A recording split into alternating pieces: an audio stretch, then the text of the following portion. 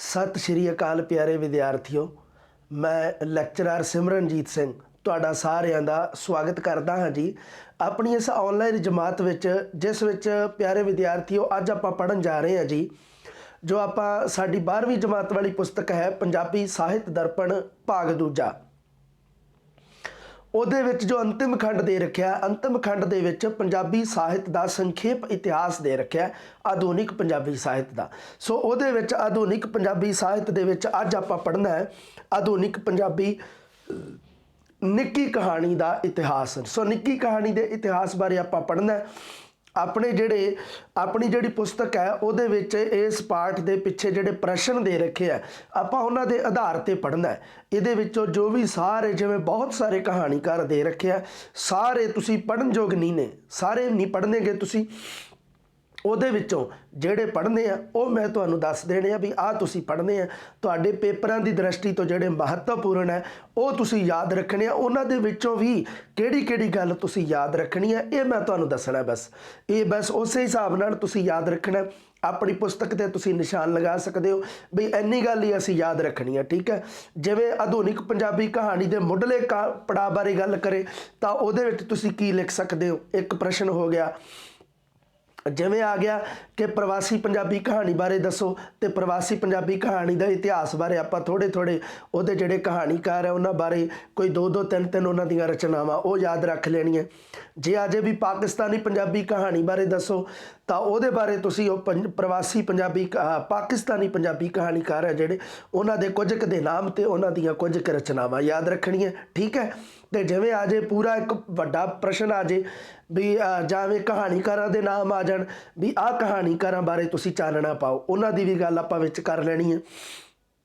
ये भी हो सकता है भी अजे भी पंजाबी कहानी के संखेप इतिहास के उपर चानना पाओ तो उस दृष्टि के तुसी की लिखना ये सब तो आप नाल नाल गल करते जाना।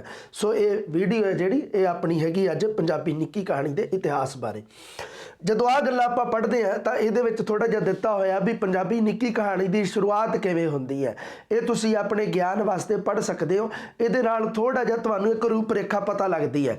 आ जिहड़ियां गल्लां लिखियां होईयां भी जिवें क्योंकि कहानी सुनने का शौक तो शुरू तो ही मनुख के मन दे विच रहा है ना। कहानियां सुनना सुनाउणा एक मतलब मनोरंजन का विषय हुंदा सीगा।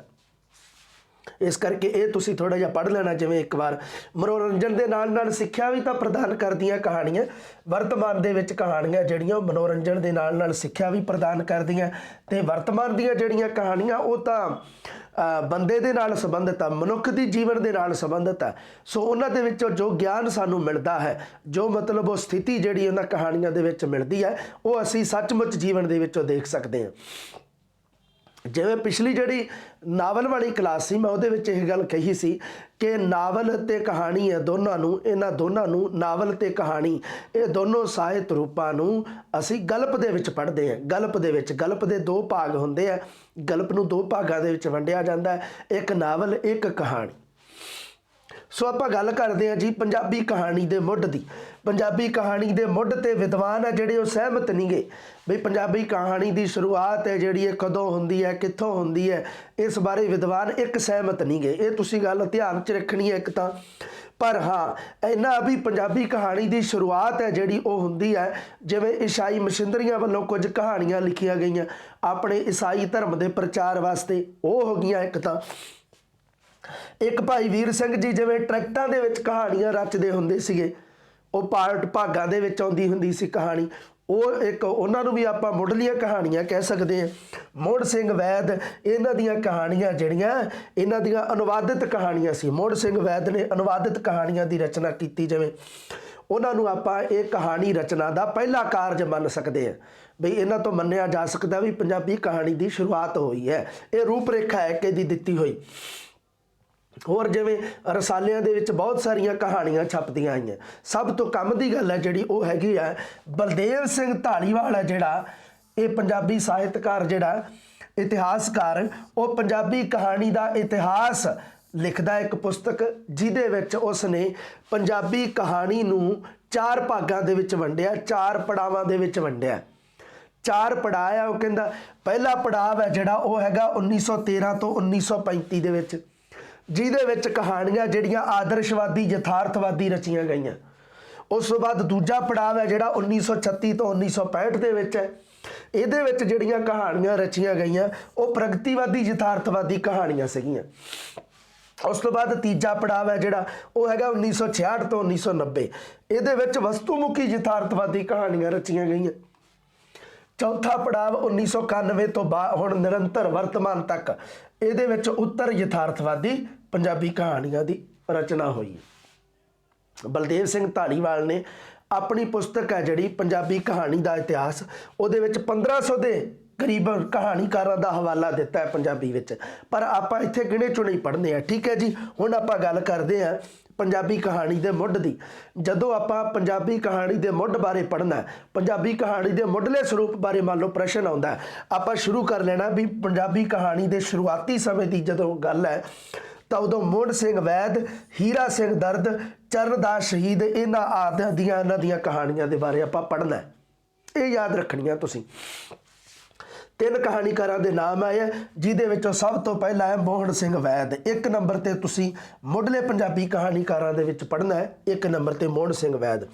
ਇਹਦੇ 3 ਕਹਾਣੀ ਸੰਗ੍ਰਹਿ ਆ, 3 ਹੀ ਆ ਕਹਾਣੀ ਸੰਗ੍ਰਹਿ, ਯਾਦ ਰੱਖਣੇ ਆ ਤੁਸੀਂ। 1 ਸਿਆਣੀ ਮਾਤਾ, 1 ਰੰਗ ਬਿਰੰਗੇ ਫੁੱਲ, 1 ਹੈਗਾ ਹੀਰੇ ਦੀਆਂ ਕਣੀਆਂ। ਠੀਕ ਹੈ, 3 ਕਹਾਣੀ ਸੰਗ੍ਰਹਿ ਮੋਹਨ ਸਿੰਘ ਵੈਦ ਦੇ, 1 ਤੁਸੀਂ ਇਹ ਯਾਦ ਰੱਖਣੇ ਆ। ਉਸ ਤੋਂ ਬਾਅਦ ਆਪਾਂ ਗੱਲ ਕਰਦੇ ਹਾਂ ਇਹ ਕਹਾਣੀਆਂ ਜਿਹੜੀਆਂ ਮੋਹਨ ਸਿੰਘ ਵੈਦ ਨੇ ਜਿਹੜੇ ਕਹਾਣੀ ਸੰਗ੍ਰਹਿ ਲਿਖੇ ਆ, ਇਹਦੀਆਂ ਕਹਾਣੀਆਂ ਦੇ ਵਿੱਚ ਜਿਹੜਾ ਭਾਰਤੀ ਜਨ ਜੀਵਨ ਹੈ, ਪੰਜਾਬੀ ਜਨ ਜੀਵਨ ਹੈ, ਉਹਨੂੰ ਪੱਛਮੀ ਸੱਭਿਆਚਾਰ ਨਾਲੋਂ ਚੰਗਾ ਦੱਸਿਆ ਗਿਆ, ਯੂਰਪੀਅਨ ਸੱਭਿਆਚਾਰ ਨਾਲੋਂ। ਉਸ ਤੋਂ ਬਾਅਦ ਆਪਾਂ 2 ਨੰਬਰ ਤੇ ਪੜ੍ਹਨਾ ਹੈ ਹੀਰਾ ਸਿੰਘ ਦਰਦ। 2 ਨੰਬਰ ਤੇ ਜਿਹੜਾ ਕਹਾਣੀਕਾਰ ਮੁੱਢਲੇ ਕਹਾਣੀਕਾਰਾਂ ਦੇ ਵਿੱਚੋਂ ਪੜ੍ਹਨਾ ਜਿਹੜਾ, ਉਹਦੇ ਵਿੱਚੋਂ 2 ਨੰਬਰ ਤੇ ਹੀਰਾ ਸਿੰਘ ਦਰਦ। ਹੀਰਾ ਸਿੰਘ ਦਰਦ ਨੇ 1924 ਈਸਵੀ ਦੇ ਵਿੱਚ ਫੁਲਵਾੜੀ ਨਾਮ ਦਾ ਰਸਾਲਾ ਕੱਢਿਆ ਸੀਗਾ। 1 ਤੁਸੀਂ ਇਹ ਗੱਲ ਯਾਦ ਰੱਖਣੀ ਹੈ, ਆਸ ਦੀ ਤੰਦ ਉਹਦਾ 1 ਕਹਾਣੀ ਸੰਗ੍ਰਹਿ ਆ, ਆਸ ਦੀ ਤੰਦ, ਇਹ ਯਾਦ ਰੱਖਣੀ ਹੈ। ਪੰਜਾਬੀ ਸਦਰਾ ਨਾਮ ਦਾ ਕਹਾਣੀ ਸੰਗ੍ਰਹਿ ਉਸਨੇ ਸੰਪਾਦਨ ਕੀਤਾ ਹੈ। 1 ਤੁਸੀਂ ਆਹ ਗੱਲ ਯਾਦ ਰੱਖ ਲਿਓ। ਠੀਕ ਹੈ, ਇਹ ਵੀ ਗੱਲ ਯਾਦ ਰੱਖਣ ਵਾਲੀ ਹੈ ਵੀ ਹੀਰਾ ਸਿੰਘ ਦਰਦ ਹੈ ਨਾ ਜਿਹੜਾ, ਉਹ 1 ਕਹਾਣੀ ਨੂੰ ਪੰਜਾਬੀ ਦੀ ਪਹਿਲੀ ਕਹਾਣੀ ਕਹਿੰਦਾ ਵੀ ਇਹ ਆਧੁਨਿਕ ਪੰਜਾਬੀ ਕਹਾਣੀ ਦੀ ਪਹਿਲੀ ਕਹਾਣੀ ਹੈ। ਉਹ ਕਿਹੜੀ ਕਹਾਣੀ ਨੂੰ ਕਹਿੰਦਾ ਹੈ? ਲਾਲ ਸਿੰਘ ਕਮਲਾ ਅਕਾਲੀ ਦੀ ਲਿਖੀ ਹੋਈ ਕਮਲਾ ਅਕਾਲੀ ਕਹਾਣੀ ਨੂੰ ਪੰਜਾਬੀ ਦੀ ਪਹਿਲੀ ਮੌਲਿਕ ਕਹਾਣੀ ਉਹ ਕਹਿੰਦਾ ਵੀ ਇਹ ਹੈ ਪੰਜਾਬੀ ਦੀ ਮੌਲਿਕ ਕਹਾਣੀ। ਹੀਰਾ ਸਿੰਘ ਦਰਦ ਕਹਿੰਦਾ ਇਹ ਗੱਲ, ਇਹ ਵੀ ਤੁਸੀਂ ਯਾਦ ਰੱਖ ਸਕਦੇ ਹੋ ਗੱਲ। ਉਸ ਤੋਂ ਬਾਅਦ 3 ਨੰਬਰ ਤੇ ਤੁਸੀਂ ਪੜ੍ਹਨਾ ਹੈ ਮੁੱਢਲੇ ਪੰਜਾਬੀ ਕਹਾਣੀਕਾਰਾਂ ਚੋਂ ਜਾਂ ਪੰਜਾਬੀ ਕਹਾਣੀ ਦੇ ਮੁੱਢਲੇ ਸਰੂਪ ਦੇ ਵਿੱਚ 3 ਨੰਬਰ ਤੇ ਤੁਸੀਂ ਚਰਨਦਾਸ ਸ਼ਹੀਦ ਨੂੰ ਯਾਦ ਰੱਖਣਾ। ਉਹਦੇ ਕਹਾਣੀ ਸੰਗ੍ਰਹਿ ਜਿਹੜਾ ਹੱਸਦੇ ਹੰਝੂ, ਇਹਦੇ ਵਿੱਚ ਹਾਸ ਰਸੀ ਸ਼ੈਲੀ ਦੇ ਵਿੱਚ ਇਹ ਲਿਖੇ ਗਏ ਆ, ਹਾਸ ਰਸ ਸ਼ੈਲੀ ਦੇ ਵਿੱਚ। ਸੋ ਇਹ ਤੁਸੀਂ 3 ਮੁੱਢਲੇ ਕਹਾਣੀਕਾਰ ਪੜ੍ਹਨੇ ਆ। ਉਸ ਤੋਂ ਬਾਅਦ ਜਿਵੇਂ ਮੁੱਢਲੇ ਕਹਾਣੀਕਾਰਾਂ ਦੇ ਵਿੱਚੋਂ ਨਾਨਕ ਸਿੰਘ ਵੀ ਆਉਂਦਾ, ਤੇ ਆਪਣੀ ਪੁਸਤਕ ਜਿਹੜੀ ਹੈਗੀ ਹੈ ਉਹਦੇ ਵਿੱਚ ਕਹਾਣੀਆਂ ਦਾ ਜਿਹੜਾ ਦੇ ਰੱਖਿਆ ਖੰਡ, ਉਹਦੇ ਵਿੱਚ ਨਾਨਕ ਸਿੰਘ ਦੀ ਭੂਆ ਕਹਾਣੀ ਵੀ ਹੈਗੀ ਹੈ।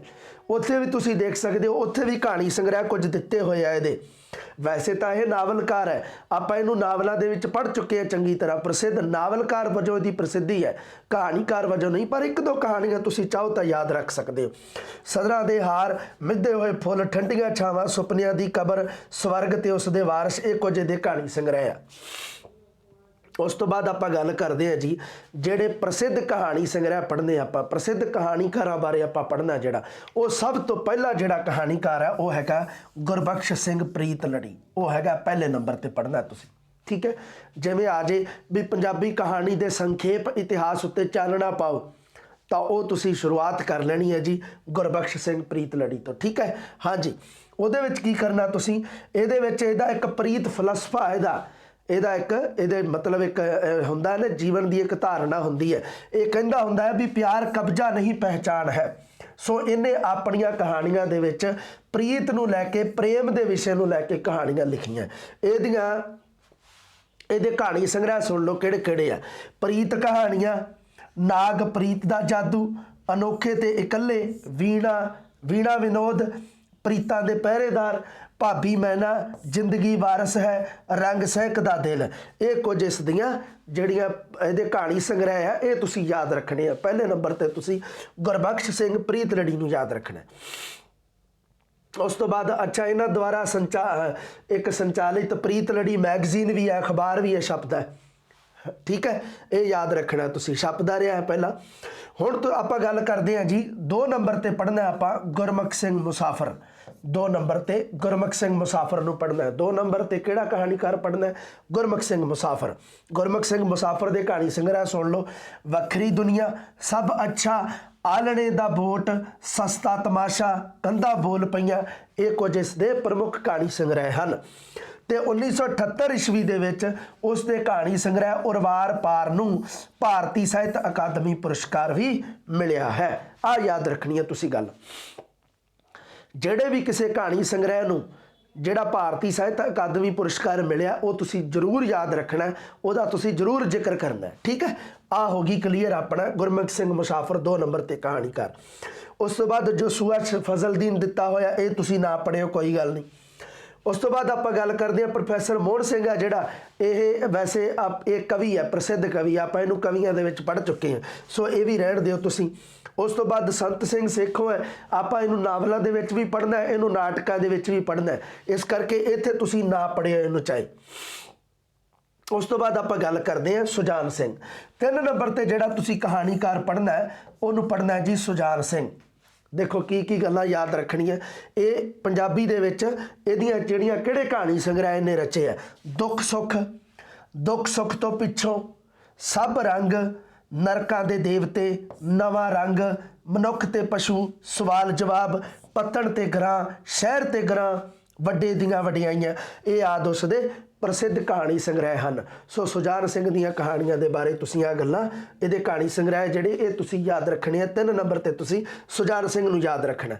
जिहड़ी इहदी शहर ते ग्रां है, इहदे कहानी संग्रह नूं भारती साहित्य अकादमी पुरस्कार मिलिया होया। बहुत महत्वपूर्ण गल है, ये भी तुसीं याद रखनी है। ठीक है, उस तो बाद एक नौरंग सिंह दिता है कहानीकार, ये तुसीं ना पढ़ियो, कोई गल नहीं।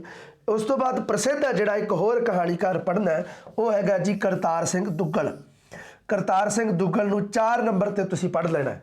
मैं निशान इस करके ला रहा भी आ सब तो ज़्यादा महत्वपूर्ण है, इन्हां बारे याद रखना बहुत जरूरी है। इन्हां कहानीकारां बारे, ये दूजे पड़ाव का प्रमुख कहानीकार है। ये कहानी संग्रह किहड़े किहड़े है? सवेर सार, पिपल पत्तियां, कुड़ी कहानी कर दी गई, डंगर, कच्चा दुध, अग खाण वाले, नवा घर, नवा आदमी, लड़ाई नहीं, फुल तोड़ना मना है, करामात, गैरज, पारे मैरे, एक छिट चानण दी, ते हंसा आदमी, ये इस दे प्रसिद्ध कहानी संग्रह है। ठीक है, ये तुसी याद रखने हैं।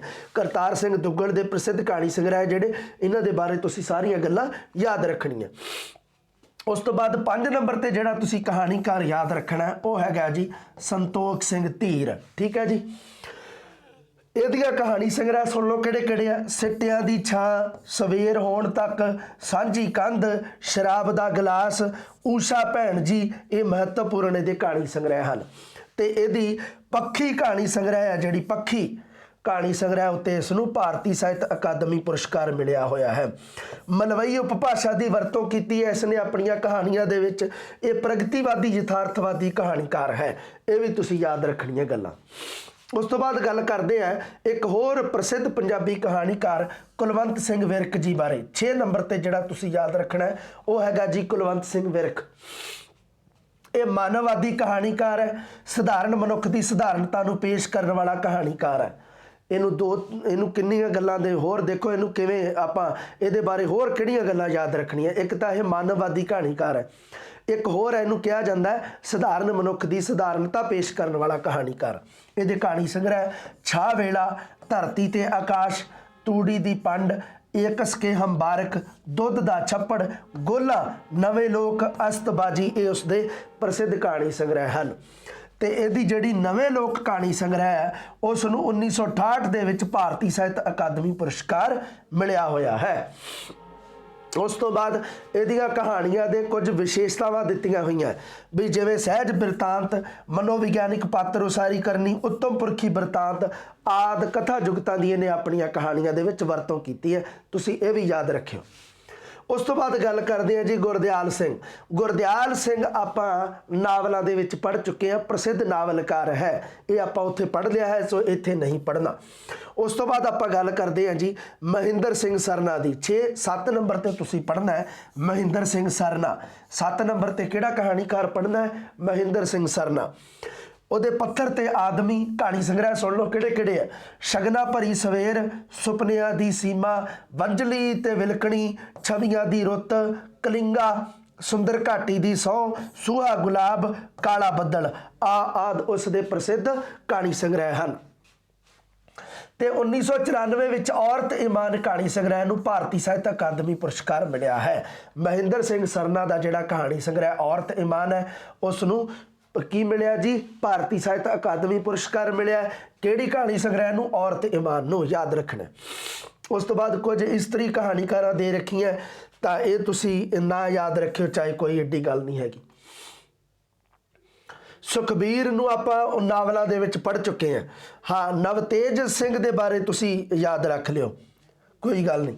ਨਵਤੇਜ ਸਿੰਘ। ਉਸ ਤੋਂ ਬਾਅਦ ਆਪਾਂ ਪੜ੍ਹਨਾ ਹੈ ਨਵਤੇਜ ਸਿੰਘ। 7-8 ਨੰਬਰ ਤੇ ਤੁਸੀਂ ਨਵਤੇਜ ਸਿੰਘ ਨੂੰ ਪੜ੍ਹ ਲਿਓ, ਠੀਕ ਹੈ। 8 ਨੰਬਰ ਤੇ ਯਾਦ ਰੱਖਿਓ ਨਵਤੇਜ ਸਿੰਘ ਨੂੰ। ਇਹਦੀਆਂ ਕਹਾਣੀ ਸੰਗ੍ਰਹਿ ਕਿਹੜੇ ਕਿਹੜੇ? ਦੇਸ਼ ਵਾਪਸੀ, ਨਵੀਂ ਰੁੱਤ, ਬਾਸਮਤੀ ਦੀ ਮਹਿਕ, ਚਾਨਣ ਦੇ ਬੀਜ, ਇਹ ਇਸ ਦੀਆਂ ਪ੍ਰਸਿੱਧ ਕਹਾਣੀ ਸੰਗ੍ਰਹਿ ਹਨ। ਉਸ ਤੋਂ ਬਾਅਦ ਜਿਹੜਾ ਇੱਕ ਹੋਰ ਪੜ੍ਹਨਾ ਤੁਸੀਂ ਰਾਮ ਸਰੂਪ ਅਣਖੀ ਨੂੰ ਆਪਾਂ ਨਾਵਲਕਾਰਾਂ ਦੇ ਵਿੱਚ ਪੜ੍ਹ ਚੁੱਕੇ ਹਾਂ, ਉਧਰ ਆਪਾਂ ਪੜ੍ਹਿਆ ਹੋਇਆ ਇਸ ਨੂੰ, ਸੋ ਇੱਥੇ ਨਹੀਂ ਪੜ੍ਹਨਾ ਆਪਾਂ ਇਸ ਨੂੰ, ਰਾਮ ਸਰੂਪ ਅਣਖੀ ਨੂੰ। ਉਸ ਤੋਂ ਬਾਅਦ ਜਸਵੰਤ ਸਿੰਘ ਵਿਰਦੀ ਦਾ ਵੀ ਨਾਮ ਆਉਂਦਾ, ਇਹ ਵੀ ਤੁਸੀਂ ਨਾ ਪੜ੍ਹਿਓ, ਚਾਹੇ ਕੋਈ ਗੱਲ ਨਹੀਂ। ਫਿਰ ਉਸ ਤੋਂ ਬਾਅਦ ਗੁਲਜ਼ਾਰ ਸਿੰਘ ਸੰਧੂ। ਹਾਂ, ਇਹ ਯਾਦ ਰੱਖਣਾ ਤੁਸੀਂ, ਪ੍ਰਸਿੱਧ ਕਹਾਣੀਕਾਰ ਹੈ ਇੱਕ ਹੋਰ। 9 ਨੰਬਰ ਤੇ ਜਿਹੜਾ ਕਹਾਣੀਕਾਰ ਤੁਸੀਂ ਯਾਦ ਰੱਖਣਾ ਉਹ ਹੈਗਾ ਜੀ ਗੁਲਜ਼ਾਰ ਸਿੰਘ ਸੰਧੂ। ਗੁਲਜ਼ਾਰ ਸਿੰਘ ਸੰਧੂ ਹੈ ਜਿਹੜਾ ਇਹ ਕਿਰਸਾਨ ਤੇ ਮੱਧ ਵਰਗੀ ਜੀਵਨ ਨਾਲ ਜੁੜੇ ਵਿਸ਼ਿਆਂ ਨੂੰ ਲੈ ਕੇ ਕਹਾਣੀਆਂ ਲਿਖਦਾ ਹੈ। ਇਹਦੇ ਕਹਾਣੀ ਸੰਗ੍ਰਹਿ ਹੁਸਨ ਦੇ ਪਾਣੀ, ਸੋਨੇ ਦੀ ਇੱਟ, ਅਮਰ ਕਥਾ, ਗਮਲੇ ਦੀ ਵੇਲ, ਇੱਕ ਸਾਂਝ ਪੁਰਾਣੀ, ਇਹ ਉਸ ਦੇ ਪ੍ਰਸਿੱਧ ਕਹਾਣੀ ਸੰਗ੍ਰਹਿ ਹਨ। ਤੇ ਅਮਰ ਕਥਾ ਨੂੰ ਭਾਰਤੀ ਸਾਹਿਤ ਅਕਾਦਮੀ ਪੁਰਸਕਾਰ ਮਿਲਿਆ ਹੋਇਆ ਹੈ, ਠੀਕ ਹੈ ਬਈ। ਇਹ ਯਾਦ ਰੱਖਣਾ ਤੁਸੀਂ ਗੁਲਜ਼ਾਰ ਸਿੰਘ ਸੰਧੂ। ਉਸ ਤੋਂ ਬਾਅਦ ਅਤਰਜੀਤ ਨੂੰ ਤੁਸੀਂ ਚਾਹੇ ਨਾ ਯਾਦ ਰੱਖਿਓ, ਕੋਈ ਗੱਲ ਨਹੀਂ। ਅਜੀਤ ਕੌਰ, ਇਹ ਵੀ ਕਹਾਣੀਆਂ ਲਿਖਦੀ ਹੈ ਵਧੀਆ, ਇਹ ਤੁਸੀਂ ਇੱਥੇ ਯਾਦ ਰੱਖ ਲਿਓ ਅਜੀਤ ਕੌਰ ਨੂੰ। ਅਜੀਤ ਕੌਰ 10 ਨੰਬਰ ਤੇ ਤੁਸੀਂ ਇੱਕ ਇਸਤਰੀ ਕਹਾਣੀਕਾਰ ਹੈ ਜਿਹੜੀ, 10 ਨੰਬਰ ਤੇ ਉਹਨੂੰ ਯਾਦ ਰੱਖਣਾ। ਗੁਲਬਾਨੋ, ਬੁੱਤ ਸ਼ਿਕਨ, ਮੌਤ ਅਲੀ ਬਾਬੇ ਦੀ, ਨਾ ਮਾਰੋ, ਆਪਣੇ ਆਪਣੇ ਜੰਗਲ ਤੇ ਨਵੰਬਰ 84, ਠੀਕ ਹੈ, ਇਹ ਤੁਸੀਂ ਯਾਦ ਰੱਖਣਾ। ਉਸ ਤੋਂ ਬਾਅਦ ਇੱਕ ਹੋਰ ਪ੍ਰਸਿੱਧ ਕਹਾਣੀਕਾਰ ਹੈ ਗੁਰਬਚਨ ਸਿੰਘ ਭੁੱਲਰ, ਇਸ ਨੂੰ ਤੁਸੀਂ ਯਾਦ ਰੱਖਣਾ 11 ਨੰਬਰ ਤੇ। ਗੁਰਬਚਨ ਸਿੰਘ ਭੁੱਲਰ ਦੇ ਪ੍ਰਸਿੱਧ ਕਹਾਣੀ ਸੰਗ੍ਰਹਿ ਦੇਖੋ ਕਿਹੜੇ ਕਿਹੜੇ ਆ। ਵਕਤਾ ਮਾਰੇ, ਮੈਂ ਗਜਨਵੀ ਨਹੀਂ, ਦੀਵੇ ਵਾਂਗ ਬਲਦੀ ਅੱਖ, ਅਗਨੀ ਕਲਸ਼, 3 ਮੂਰਤੀਆਂ ਵਾਲਾ ਮੰਦਿਰ, ਇਹ ਉਸ ਦੇ ਪ੍ਰਸਿੱਧ ਕਹਾਣੀ ਸੰਗ੍ਰਹਿ ਹੈ। ਤੇ ਅਗਨੀ ਕਲਸ਼ ਨੂੰ ਭਾਰਤੀ ਸਾਹਿਤ ਅਕਾਦਮੀ ਪੁਰਸਕਾਰ ਮਿਲਿਆ ਹੋਇਆ ਹੈ। ਮਲਵਈ ਜੀਵਨ ਨੂੰ ਇਸ ਨੇ ਪੇਸ਼ ਕੀਤਾ। ਬਾਅਦ ਵਿੱਚ ਉਸ ਨੇ ਦਿੱਲੀ ਵਿੱਚ ਵਸ ਗਿਆ ਜਦੋਂ, ਤਾਂ ਬਾਅਦ ਵਿੱਚ ਦਿੱਲੀ ਵਰਗੇ ਮਹਾਨਗਰੀ ਜੀਵਨ ਨੂੰ ਲੈ ਕੇ ਇਹਨੇ ਕਹਾਣੀਆਂ ਲਿਖੀਆਂ। ਉਸ ਤੋਂ ਬਾਅਦ ਆਪਾਂ ਇੱਕ ਹੋਰ ਗੱਲ ਕਰਦੇ ਹਾਂ ਜਸਪੀਰ ਭੁੱਲਰ ਦਾ, ਤੁਸੀਂ ਨਾਂ ਯਾਦ ਰੱਖਿਓ, ਕੋਈ ਗੱਲ ਨਹੀਂ। ਹਾਂ, ਮੋਹਨ ਭੰਡਾਰੀ ਦੇ ਬਾਰੇ ਤੁਸੀਂ ਯਾਦ ਰੱਖਣਾ। 12 ਨੰਬਰ ਤੇ ਆਪਾਂ ਪੜ੍ਹਨਾ ਹੈ ਮੋਹਨ ਭੰਡਾਰੀ ਬਾਰੇ। 12 ਨੰਬਰ ਤੇ ਕਿਹੜਾ ਕਹਾਣੀਕਾਰ ਪੜ੍ਹਨਾ ਹੈ ਜੀ? ਮੋਹਨ ਭੰਡਾਰੀ। ਇਹ ਆ ਜਿਹੜਾ, ਇਹਦੀਆਂ ਕਹਾਣੀ ਸੰਗ੍ਰਹਿ ਸੁਣ ਲਓ ਕਿਹੜੇ ਕਿਹੜੇ ਆ। ਵੈਸੇ ਤਾਂ ਦਿੱਤੇ ਹੋਏ ਆ ਥੱਲੇ। ਇੱਕ ਸਭ ਤੋਂ ਪਹਿਲੀ ਗੱਲ ਜਿਹੜੀ ਯਾਦ ਰੱਖਣੀ ਹੈ ਵੀ ਇਹਦੇ ਕਹਾਣੀ ਸੰਗ੍ਰਹਿ ਮੂਨ ਦੀ ਅੱਖ ਨੂੰ 1998 ਵਿੱਚ ਭਾਰਤੀ ਸਾਹਿਤ ਅਕਾਦਮੀ ਪੁਰਸਕਾਰ ਮਿਲਿਆ ਹੈ। ਹੁਣ ਇਹਦੇ ਕਹਾਣੀ ਸੰਗ੍ਰਹਿ ਸੁਣ ਲਓ ਮੋਹਨ ਭੰਡਾਰੀ ਦੇ। ਕਾਠ ਦੀ ਲੱਤ, ਤਿਲ ਚੌਲੀ, ਗੋਰਾ ਬਾਸ਼ਾ, ਮਨੁੱਖ ਦੀ ਪੈੜ, ਸਿਰ ਵਾਹ ਜਿਉਣੀਏ, ਠੀਕ ਹੈ, ਇਹ ਕਹਾਣੀ ਸੰਗ੍ਰਹਿ ਤੁਸੀਂ ਯਾਦ ਰੱਖਣੀ ਹੈ 12 ਨੰਬਰ ਤੇ। 13 ਨੰਬਰ ਤੇ ਜਿਹੜਾ ਕਹਾਣੀਕਾਰ ਤੁਸੀਂ ਪੜ੍ਹਨਾ ਹੈ ਉਹ ਹੈਗਾ ਜੀ ਪ੍ਰੇਮ ਪ੍ਰਕਾਸ਼, ਠੀਕ ਹੈ। 13 ਨੰਬਰ ਤੇ ਪ੍ਰੇਮ ਪ੍ਰਕਾਸ਼ ਪੜ੍ਹਨਾ ਤੁਸੀਂ। ਕਹਾਣੀਕਾਰ ਹੈ ਜਿਹੜਾ, ਇਹਦੀਆਂ ਸੁਣ ਲਓ ਕਿਹੜੇ ਕਿਹੜੇ ਕਹਾਣੀ ਸੰਗ੍ਰਹਿ ਆ। ਕੱਚ ਕੜੇ, ਨਮਾਜੀ, ਮੁਕਤੀ, ਰੰਗਮੰਚ ਤੇ ਭਿਕਸ਼ੂ, ਸਵੇਤਾਂਬਰ ਨੇ ਕਿਹਾ ਸੀ, ਸੁਣਦਾ ਖਲੀਫਾ, ਇਹ ਇਹਦੇ ਕੁਝ ਪ੍ਰਸਿੱਧ ਕਹਾਣੀ ਸੰਗ੍ਰਹਿ ਆ। ਤੇ ਇਹਦੇ ਕਹਾਣੀ ਸੰਗ੍ਰਹਿ ਕੁਝ ਅਣਕਿਹਾ ਵੀ, ਇਸ ਨੂੰ 1992 ਈਸਵੀ ਦੇ ਵਿੱਚ ਭਾਰਤੀ ਸਾਹਿਤ ਅਕਾਦਮੀ ਪੁਰਸਕਾਰ ਮਿਲਿਆ। ਆਪਾਂ 13 ਕਹਾਣੀਕਾਰ ਪ੍ਰਸਿੱਧ ਪੜ੍ਹ ਚੁੱਕੇ ਹਾਂ। 14 ਨੰਬਰ ਤੇ ਤੁਸੀਂ ਯਾਦ ਰੱਖਣਾ ਵਰਿਆਮ ਸਿੰਘ ਸੰਧੂ। 14 ਨੰਬਰ ਤੇ ਕਿਹੜਾ ਕਹਾਣੀਕਾਰ ਪੜ੍ਹਨਾ ਜੀ? ਵਰਿਆਮ ਸੰਧੂ। ਵਰਿਆਮ ਸੰਧੂ ਹੈ ਜਿਹੜਾ ਪੰਜਾਬੀ ਵਿੱਚ ਲੰਬੀ ਕਹਾਣੀ ਲਿਖਣ ਦੀ ਪਿਰਤ ਇਸ ਨੇ ਪਾਈ ਹੈ, ਵਰਿਆਮ ਸਿੰਘ ਸੰਧੂ ਨੇ। ਸੋ ਆਪਾਂ ਗੱਲ ਕਰਦੇ ਹਾਂ ਇਹਦੀ ਕਹਾਣੀ ਸੰਗ੍ਰਹਿ ਦੀ। ਲੋਹੇ ਦੇ ਹੱਥ, ਅੰਗ ਸੰਗ, ਭੱਜੀਆਂ ਬਾਹੀਂ ਤੇ ਚੌਥੀ ਕੂਟ ਆਦਿ ਇਸ ਦੇ ਚਰਚਿਤ ਕਹਾਣੀ ਸੰਗ੍ਰਹਿ ਤੁਸੀਂ ਯਾਦ ਰੱਖਣੇ ਆ। ਚੌਥੀ ਕੂਟ ਆ ਜਿਹੜਾ ਇਹਦਾ ਕਹਾਣੀ ਸੰਗ੍ਰਹਿ, ਇਸ ਨੂੰ ਭਾਰਤੀ ਸਾਹਿਤ ਅਕਾਦਮੀ ਪੁਰਸਕਾਰ ਮਿਲਿਆ। ਠੀਕ ਹੈ ਨਾ, ਯਾਦ ਰੱਖੋਗੇ ਨਾ, ਯਾਦ ਰੱਖਿਓ। 15 ਨੰਬਰ ਤੇ ਹੈ ਗੁਰਦੇਵ ਰੂਪਾਣਾ। 15 ਨੰਬਰ ਤੇ ਜਿਹੜਾ ਪ੍ਰਸਿੱਧ ਕਹਾਣੀਕਾਰ ਤੁਸੀਂ ਯਾਦ ਰੱਖਣਾ ਇਹ ਹੈਗਾ ਜੀ ਗੁਰਦੇਵ ਰੂਪਾਣਾ। ਇਹਦੇ ਕਹਾਣੀ ਸੰਗ੍ਰਹਿ ਸੁਣ ਲਓ ਕਿਹੜੇ ਕਿਹੜੇ ਹੈ। ਸ਼ੀਸ਼ਾ ਤੇ ਹੋਰ ਕਹਾਣੀਆਂ, ਇੱਕ ਟੋਟਾ ਔਰਤ, ਆਪਣੀ ਅੱਖ ਦਾ ਜਾਦੂ, ਡਿਫੈਂਸ ਲਾਈਨ, ਇਹ ਕੁਝ ਇਸ ਦੇ ਪ੍ਰਸਿੱਧ ਕਹਾਣੀ ਸੰਗ੍ਰਹਿ ਹੈ, ਇਹ ਯਾਦ ਰੱਖਣਾ। ਮਹਾਨਗਰੀ ਦੀਆਂ ਮਤਲਬ ਰਚਨਾਵਾਂ ਦੀ ਵੀ ਗੱਲ ਕੀਤੀ ਹੈ ਇਸਨੇ। ਮਹਾਨਗਰੀ ਨਾਲ ਸੰਬੰਧਿਤ ਜੀਵਨ ਦੀਆਂ ਮਲਵਈ ਮੁਹਾਵਰੇ ਵਾਲੀ ਭਾਸ਼ਾ ਲਿਖੀ ਹੈ। ਠੀਕ ਹੈ। ਉਸ ਤੋਂ ਬਾਅਦ ਜਿਹੜੇ ਕੋਈ ਕਹਾਣੀਕਾਰ ਹੈ ਜਿਹੜੇ ਜਿਨ੍ਹਾਂ ਦੀਆਂ ਥੋੜ੍ਹੀ ਕਹਾਣੀ ਸੰਗ੍ਰਹਿ ਦਿੱਤੇ ਹੋਏ ਆ, ਇਹ ਤੁਸੀਂ ਨਾ ਯਾਦ ਰੱਖਿਓ, ਕੋਈ ਗੱਲ ਨਹੀਂ, ਕਿਉਂਕਿ ਇਹ ਜ਼ਿਆਦਾ ਹੋ ਜਾਣਗੇ ਫਿਰ, ਹੈ ਨਾ, ਜ਼ਿਆਦਾ ਨਹੀਂ ਯਾਦ ਰੱਖੇ ਜਾਂਦੇ ਹੁੰਦੇ, ਇਹ ਤੁਸੀਂ ਰਹਿਣ ਦਿਓ। ਵੈਸੇ ਇੱਕ ਵਾਰ ਪੜ੍ਹ ਲਿਓ, ਪੜ੍ਹਨੇ ਹੈ ਤਾਂ। ਉਸ ਤੋਂ ਬਾਅਦ ਆਪਾਂ ਇਹ ਵੀ ਨਹੀਂ, ਇਹ ਵੀ ਛੱਡ ਦਿਓ ਚਾਹੇ। ਹੁਣ ਆਪਾਂ ਗੱਲ ਕਰਦੇ ਹਾਂ ਪਾਕਿਸਤਾਨੀ ਪੰਜਾਬੀ ਕਹਾਣੀ ਦੀ ਤੇ ਪ੍ਰਵਾਸੀ ਪੰਜਾਬੀ ਕਹਾਣੀਆਂ ਦਾ। ਸਭ ਤੋਂ ਪਹਿਲਾਂ ਗੱਲ ਕਰਾਂਗੇ ਪਾਕਿਸਤਾਨੀ ਪੰਜਾਬੀ ਕਹਾਣੀ ਦੀ। ਪਾਕਿਸਤਾਨੀ ਪੰਜਾਬੀ ਕਹਾਣੀਕਾਰਾਂ ਦੇ ਵਿੱਚੋਂ ਕਿਹੜੇ ਕਿਹੜੇ ਤੁਸੀਂ ਯਾਦ ਰੱਖਣੇ ਆ। ਵੈਸੇ ਆ ਇੰਨੇ ਲਿਖੇ ਹੋਏ ਆ, ਇਹਨਾਂ ਦੇ ਵਿੱਚੋਂ ਮੈਂ ਪੜ੍ਹ ਕੇ ਤੁਹਾਨੂੰ ਸੁਣਾ ਦਿੰਦਾ, ਤੁਸੀਂ ਇਹਨਾਂ ਨੂੰ ਯਾਦ ਰੱਖਿਓ। ਠੀਕ ਹੈ। ਅਫਜ਼ਲ ਅਹਿਸਾਨ ਰੰਧਾਵਾ, ਇਹਦੀਆਂ 2 ਕਹਾਣੀ ਸੰਗ੍ਰਹਿ ਦਿੱਤੇ ਆ, ਰਨ ਤਲਵਾਰ ਤੇ ਘੋੜਾ, ਮੁੰਨਾ ਕੋ ਲਾਹੌਰ ਦਾ। ਉਸ ਤੋਂ ਬਾਅਦ ਅਨਵਰ ਅਲੀ ਦੇ ਕਹਾਣੀ ਸੰਗ੍ਰਹਿ ਜਿਵੇਂ ਕਾਲੀਆਂ ਇੱਟਾਂ, ਕਾਲੇ ਰੋਡ ਤੇ ਨੂਰੀ। ਹਨੀਫ ਚੌਧਰੀ ਦੀਆਂ ਕਹਾਣੀਆਂ, ਕੱਚ ਦੀ ਗੁੱਡੀ ਤੇ ਦੂਜਾ ਬਟਵਾਰਾ। ਅਫਸਲ ਤੌਸੀਫ ਦੀਆਂ ਕਹਾਣੀਆਂ, ਟਾਹਲੀ ਮੇਰੇ ਬਚੜੇ ਤੇ 5ਵਾਂ ਘੰਟਾ, ਮਾਈ ਅਨਾਰਾਂ ਵਾਲੀ, ਅਮਨ ਵੇਲੇ ਮਿਲਾਂਗੇ। ਇਹ 4 ਕਹਾਣੀ ਸੰਗ੍ਰਹਿ ਦਿੱਤੇ ਆ। ਇਲਿਆਸ ਘੁੰਮਣ ਦੀਆਂ ਰਚਨਾਵਾਂ ਦਿੱਤੀਆਂ ਹੋਈਆਂ, ਪਿੰਡ ਸੀ ਲੱਜ, ਇੱਲ ਕੋਕੋ। ਤੇ ਨਾਦਰ ਅਲੀ ਦੀਆਂ ਰਚਨਾਵਾਂ ਜਿਵੇਂ ਕਹਾਣੀ ਪਰਾਗਾ, ਤੌਕੀਰ ਚੁਗਤਾਈ ਦੀਆਂ ਕਹਾਣੀਆਂ ਦੇ ਰੱਖੀਆਂ, ਅਖੀਰਲਾ ਹੰਝੂ। ਆਸ਼ਿਕ ਰਹੀਲ ਦੇ ਕਹਾਣੀ ਸੰਗ੍ਰਹਿ, ਨਵੇਕਲਾ ਸੂਰਜ ਆਦਿ ਅਨੇਕਾਂ ਜਿਹੜੀਆਂ ਇਹ ਪਾਕਿਸਤਾਨੀ ਪੰਜਾਬੀ ਕਹਾਣੀਕਾਰਾਂ ਵੱਲੋਂ ਪੰਜਾਬੀ ਸਾਹਿਤ ਦੇ ਵਿੱਚ ਜੋ ਯੋਗਦਾਨ ਪਾਇਆ ਗਿਆ ਹੈ ਉਹ ਇਹ ਤੁਹਾਡੇ ਸਾਹਮਣੇ ਹੈ, ਇਹ ਤੁਸੀਂ ਯਾਦ ਰੱਖਣਾ ਹੈ। ਠੀਕ ਹੈ। ਉਸ ਤੋਂ ਬਾਅਦ ਗੱਲ ਕਰਦੇ ਹਾਂ ਪ੍ਰਵਾਸੀ ਪੰਜਾਬੀ ਕਹਾਣੀਕਾਰ ਹੈ ਜਿਹੜੇ ਕੋਈ ਬ੍ਰਿਟੇਨ, ਕੈਨੇਡਾ, ਅਮਰੀਕਾ, ਆਸਟ੍ਰੇਲੀਆ ਦੇ ਵਿੱਚ ਬੈਠੇ ਹੋਏ ਨੇ, ਉੱਥੋਂ ਦੇ ਜੀਵਨ ਨੂੰ ਲੈ ਕੇ ਜਿਹੜੀਆਂ ਕਹਾਣੀਆਂ ਲਿਖੀਆਂ ਜਾਂਦੀਆਂ ਪ੍ਰਵਾਸੀ ਜੀਵਨ ਦੇ ਨਾਲ ਸੰਬੰਧਿਤ ਨੇ, ਪ੍ਰਵਾਸੀ ਕਹਾਣੀਆਂ ਹੁੰਦੀਆਂ ਉਹ। ਇਹਨਾਂ ਦੇ ਵਿੱਚੋਂ ਸਭ ਤੋਂ ਪਹਿਲੇ ਨੰਬਰ ਤੇ ਜਿਵੇਂ ਦਰਸ਼ਨ ਧੀਰ ਦੇ ਰੱਖਿਆ। ਦਰਸ਼ਨ ਧੀਰ ਹੈ ਇੱਕ ਪ੍ਰਵਾਸੀ ਕਹਾਣੀਕਾਰ ਹੈ।